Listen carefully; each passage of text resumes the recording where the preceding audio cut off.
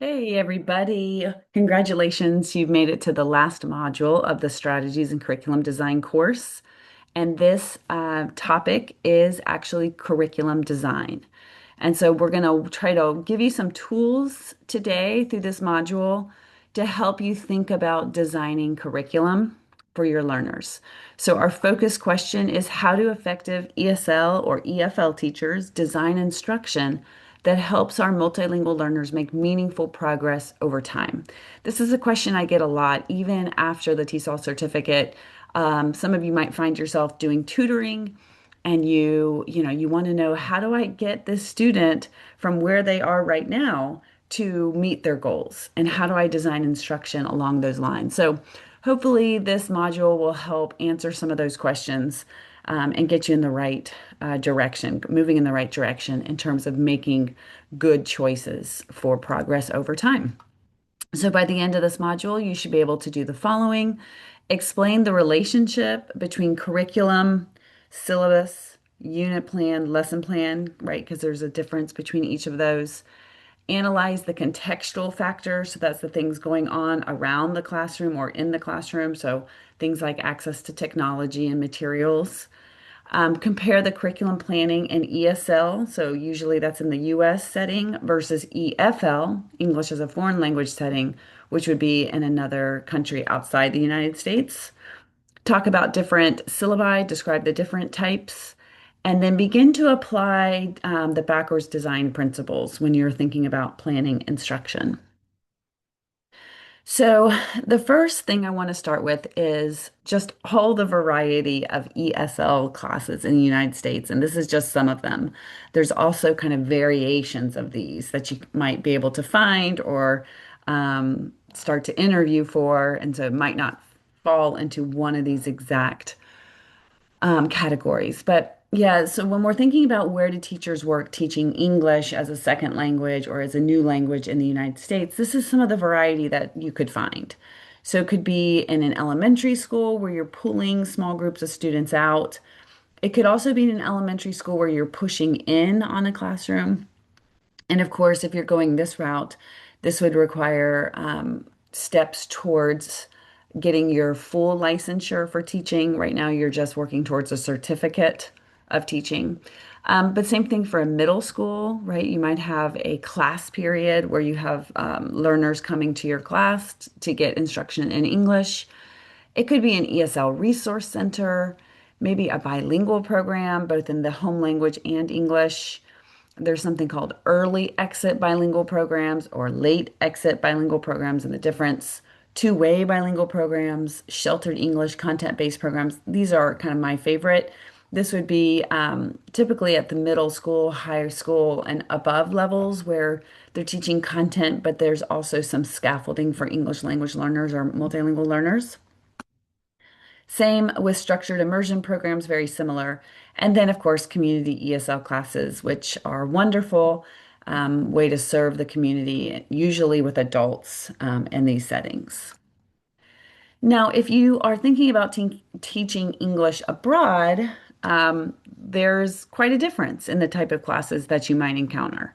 It might just be a general English class, like EFL class, or it could be English for a specific purpose. And some of these fall into those, like business English, or English for healthcare, or English for tourism. Um, you might also find an academic English program or exam preparation program abroad. Sometimes those are small groups or one-on-one. But there's also young learner programs, private tutoring, conversation classes, English immersion camps, after-school language classes, and there's even more. Content and language integrated learning, CLIL, or content-based learning. We've talked about this previously in a different module. And then you can see all of the different types of English for specific purposes. So I say all of this to let you know that there is great variety in this field, and every context is different and unique.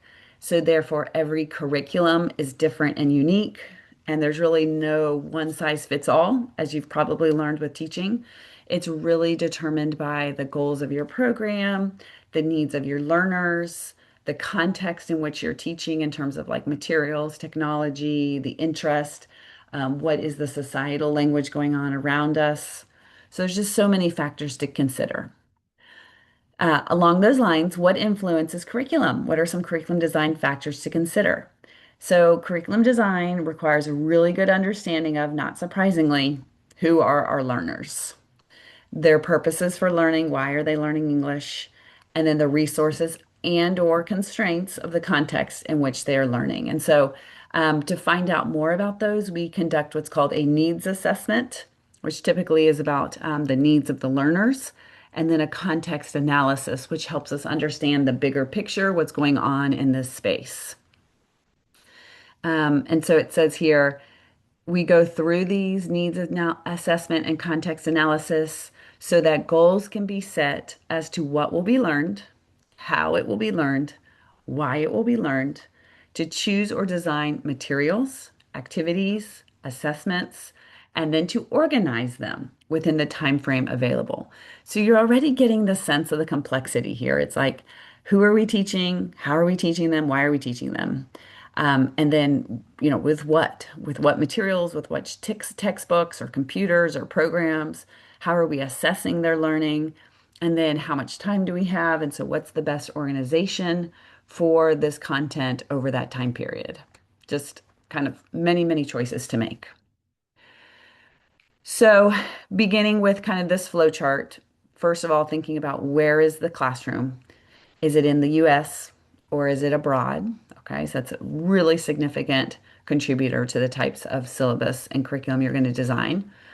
And then thinking about the demographics. Are the students learning English all from a similar background, or is there multiple different home languages? So, like in the community ESL that I do here in the United States, I don't think there's a single person that speaks the same language as another student. So much variety in one class of of a small number of people. Student characteristics. Do the multilingual learners have strong academic preparation in their home language, right? What is their schooling in their first language like? Were there gaps in their schooling? Is there fears about schooling? Just how have all those home country factors affected their education over time? And then thinking about resource. So very different situation going to Gandoca, Costa Rica, which is a rural village in Costa Rica, versus, teaching here in Raleigh, North Carolina. What materials are available? Are there textbooks? Is there access to a projector and a screen? Is there even room for students to move around? Are there desks? Are there tables? What do you have to teach with? So, one way to start to unpack some of this is with a needs analysis, and I really encourage you to do this even if you're doing like one-on-one with a student tutoring. It's just to survey them about who they are, what their needs are, and why they're learning English. So, you want to try to assess their current level of English proficiency and all the skills in speaking, listening, reading, and writing. You might ask them like how comfortable they feel in those four domains. What is their goal for taking English? Is it to go get into a university, or is it just they're trying to get work or survive in a society where English is the primary language? Or are they trying to get a job promotion? Are they just trying to perfect their pronunciation? Like, what is their goal? And then you might want to ask them about their preferences of learning. How do they learn best? Do they like, like for example, myself, I'm very visual. I have to see things before I'm going to say them. It would be very stressful to me if you just did all oral class. I want to see it. But do your students prefer cooperative learning activities, pair work, project-based learning? Do they prefer movement? Do they like to act things out? Do they like to stay seated? What's their preference? Then you need to also engage in a context analysis. And this is where you identify the social, economic, political, institutional factors that may impact your English curriculum. So, starting with time, how much time do you have with these learners? Is it once a week? For how long? Is it 60 minutes, 30 minutes? How long will you get to see them? Will it be an entire year or just 6 weeks, right? What do you have? And is there preparation time that's included in your pay? I know that for me, that was a considerable concern because when I was teaching for 90 minutes community ESL, I would spend much more time than that, of course, preparing for it, but that preparation time is not paid. So just kind of keeping that in mind, or maybe asking about that during interview time. If there's some time built into your day, that would be paid for you to do preparation, grading, etc. The physical resources that are available for you. We've talked about this a little bit. The human resources, meaning is there other teachers or staff or anybody that can support you in the classroom, parents, administrators? And then what are the educational requirements? What is it that your students have to do? So maybe there's a written English exam at the end of their high school education, right? You want to know about all of that in advance. Okay. Then the next thing you really need to be familiar with is wherever you end up teaching is to know the standards for teaching. So if you are finding that you're going to teach in the United States in K-12 classrooms, you're probably going to follow WIDA. Almost every state in the United States follows WIDA. World-class instructional design assessment is what it stands for, but it basically is a set of standards that the states follow around teaching of English. Some states do use this ELPA 21, but not many. You can check and see where you plan to teach. And then if you're doing adult education, these English language proficiency standards for adults, these are all hyperlinks for you. This would be what you would try to follow. Or if you're going abroad, the Common European Framework or CEFR. Um, oops, that one. I have to refresh that link. Is the one that most of the world would use in terms of the standards. And we can also just search those Common European Framework standards. Let's just see if we can find those real quick here while we're together. Yeah, so it's here for you. So the important thing is to become familiar with these. This is where I downloaded that document. So I don't know why that link is broken, but um, so it talks about the levels. You might have heard these levels before, like A1 through C2, and then what those students are able to do and how you would assess them. So you can take a look at these resources as well and find those standards. Okay, so you want to be familiar with the standards. This is going to be what guides your teaching, especially over the course of like a year, and how you progress students from a beginning level proficiency to a higher level proficiency. Okay, then we start this backwards design process. And this is where, so important that it's just basically where we start by identifying what students should know and be able to do. So, like I mentioned, if your students that you're teaching have to take a standardized English test, being familiar with what is on that test and helping them become, successful at that is going to be really key. So we start with the learning goals or activities. What do you want students to learn or be able to do? How will you know students have learned it? We go to the assessments, and either we're designing those or we're finding those, right? That's something that's required.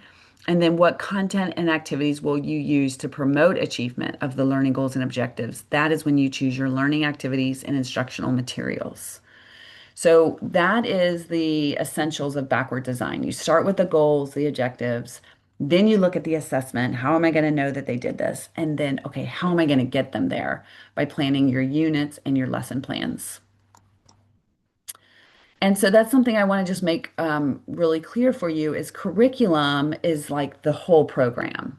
So if you think about students let's just take Wake Tech, for example, moving through the ESL curriculum, they're going to start from a low proficiency class to a high proficiency class. The curriculum covers the entire um, all the courses. So it covers the whole program of English. So from the beginning to the advanced. So it's how we know that students are ready to progress to that next level and then to graduate from that program.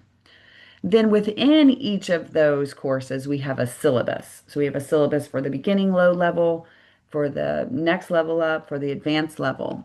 Um, And the syllabus tells us what are we going to be able to accomplish during that one course. And then within that course, we might have several units, 3 or 4 units, or we could call them chapters, and we're going to plan those out. And then within each of those chapters or units, we have individual lesson plans that, remember, we are designing ourselves, which often start with a hook, some instructional information and input, and then communicative language teaching, and then a formative assessment to check that they met the objective for each class. So that is really important that you understand the difference between curriculum and syllabus, and then the chapter plans and individual lesson plans. Okay, as you're thinking about finding a job or interviewing for a job, you might hear of some of these different types of syllabi. So I want to just to share a little bit about these. And so you're familiar with them. It's not going to be the first time you've heard of them. You might find that you're asked to teach in a class that has a grammar-focused syllabus. So it's just organized around sequence of grammar. That's all they have, designated for you is what grammar you're going to teach in each unit. Um, so that is interesting, right? That's obviously not necessarily our focus, but within that sequence of grammar, you can still build in your communicative language teaching activities that are focused on different grammatical points or that incorporate those grammatical points. Some other types of syllabi that you might encounter are task-based syllabi, like organized around tasks, such as preparing a meal, going on a trip, debating a point of view. Some of the tasks that I've been asked to teach before is filling out a job application, writing a check. Um, let's see, what else? Filling out like doctor's information for an appointment, things like that. Okay, project-based learning, language learning uses projects to structure a course. So there would be several projects that would culminate at the end with maybe a report or performance or a presentation. I love those. Skill-based approach focuses on different skills, speaking, listening, reading, and writing. Literature-based approach would focus more on texts. Content-based instruction would be organized around subject-specific content, like maybe it's science or history, right? Something like that. Or a thematic approach. This is something you see quite commonly.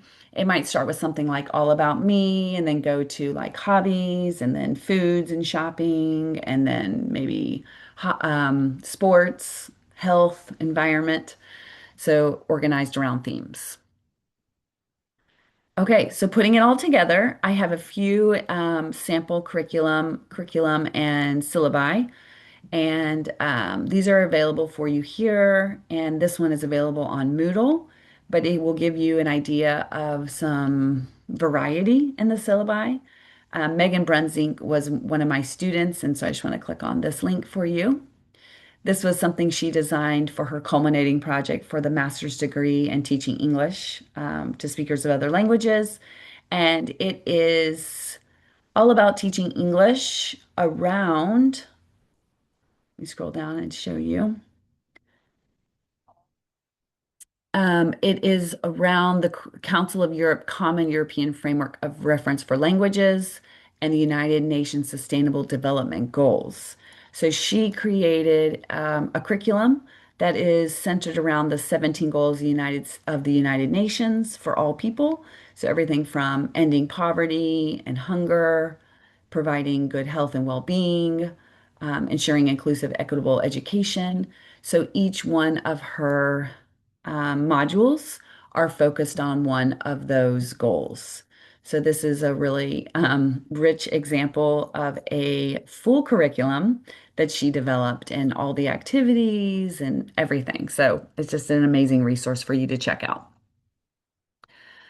So don't worry, I'm not going to ask you to design your own curriculum. The goal of this module was just to help you become a little bit more familiar with some of the terms, some of the challenges you might face, some things that you should consider before deciding on curriculum, and then going into the syllabi. So when you're interviewing for a teaching position, maybe ask about your ability to shape these things. I mean, maybe not the curriculum, because remember, that's the whole program, but certainly your own syllabus, your unit, and lesson plans. You should have some creativity and control over if it's a good position. You might be given the course syllabus and schedule to follow, and I would just like to encourage you that over time and as you grow more confident with your teaching, that you try to infuse in the best practices that we've talked about, specifically communicative language teaching, despite or, even though you're given a grammar-based syllabi or schedule. So it's a challenge, but it's something that I'm sure that you can do. And it's something about teaching that we're always striving to be better teachers and to plan, rich language experiences for all of our learners. So with that, we are finishing up the course on strategies in curriculum design. I hope that you feel like you are a little bit more familiar with these topics. Remember that this is just an introduction to these. We don't want to overwhelm you with too many details. Most typically, when you enter an ESL or EFL position, you're going to be given your curriculum. If you are working one-on-one tutoring a student, again, I would just say go back to that needs analysis and find out what the student wants to learn, help them, let them help you decide on your scope and sequence and, what you should focus on. Um, and then maybe using materials that they would find relevant to their lives and of course, focusing on that communicative language teaching at all times. So with that, thank you for following this video to the very end and this course to the very end. And I look forward to hearing all your reflections and seeing you soon in our workshop. Okay, bye-bye.